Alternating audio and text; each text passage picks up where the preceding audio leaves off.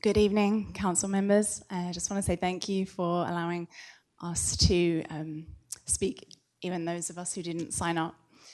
My name's Helen Taylor, and I'm the Director of Outreach for an organisation that fights sex trafficking called Exodus Cry.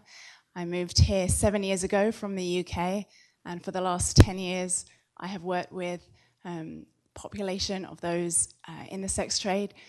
Every week, I go and reach out to women on the streets, in strip clubs, in Asian massage parlors, in brothels, over the internet, texting women and meeting up with them in fast food restaurants.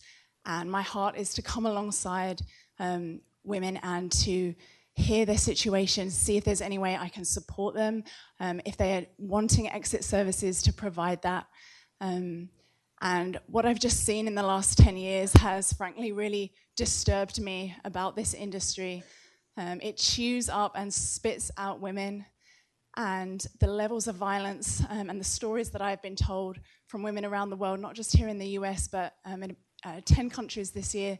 I worked out it's between 2,000 and 3,000 women and trans folk that I've heard their stories, and I'm deeply, deeply disturbed by the sex industry and the harm and levels of violence. One sex worker recently told me that she estimated about 50% of her clients exerted some level of physical violence. She told me that one time she refused a certain sex act to a client. He was so furious with her, he took her to the window, he pushed her out of a 3-story window, she broke her arm and was in hospital for 2 months. She said, after that, I never refused a single sex act, I just did whatever he wanted. What I see the sex trade as a form of disposable slavery. The buyer dictates the sexual experience. If you want to stop trafficking, we have to go after the demand. If you picture a tree, demand is at the root. We have to pull this up from the root. I've heard a lot today about consent, and I want to say that if money is involved in a commercial sex act, that is not true mutual enthusiastic consent. The very existence of money proves that coercion is present. If you want to have mutual enthusiastic sexual relations with someone, you wouldn't have to be coerced by monetary payment for that.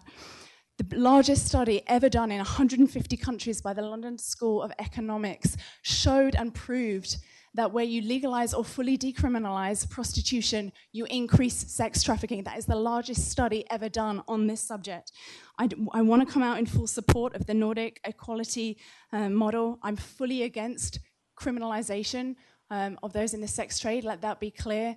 And I think many of us speaking from both sides today fully recognize that criminalization is not okay. The statistics of Sweden, it was implemented 20 years ago. After 1 year, demand decreased by 50%. And why is it? Iceland, Norway, and Sweden are consistently voted the most pro-equality countries in the world, and they back the Nordic model. This is a model that is progressive in countries that are progressive. White people there. They ain't got no black people to worry about. I want to just say that I've spoken to the chief police of the police unit, the prostitution unit in Sweden, and he said the most powerful thing to him was seeing the mindset in men shift, where they saw it as a human rights violation to purchase the sexual consent of another human being. I want to just compare and say that Sweden compared... I need you to wrap up because we're over time. I will, okay. We need to increase the penalties for sex buyers, not remove them. And I want to say we need jobs for those in the sex industry. We need more services. We need better options for them so they don't feel like this is their only option. I want to just finish with a pair of shoes belonging to one girl that I met on Backpage, actually. I texted her. We met up. This is just one of many ways that we do outreach. And after exiting prostitution, she gave me these shoes and called them her former shackles of a former slave trade. Well, she called them, she said, I want to give you these shoes. They are my shackles. I just want to finish my comment by saying, please do not pass this bill. It will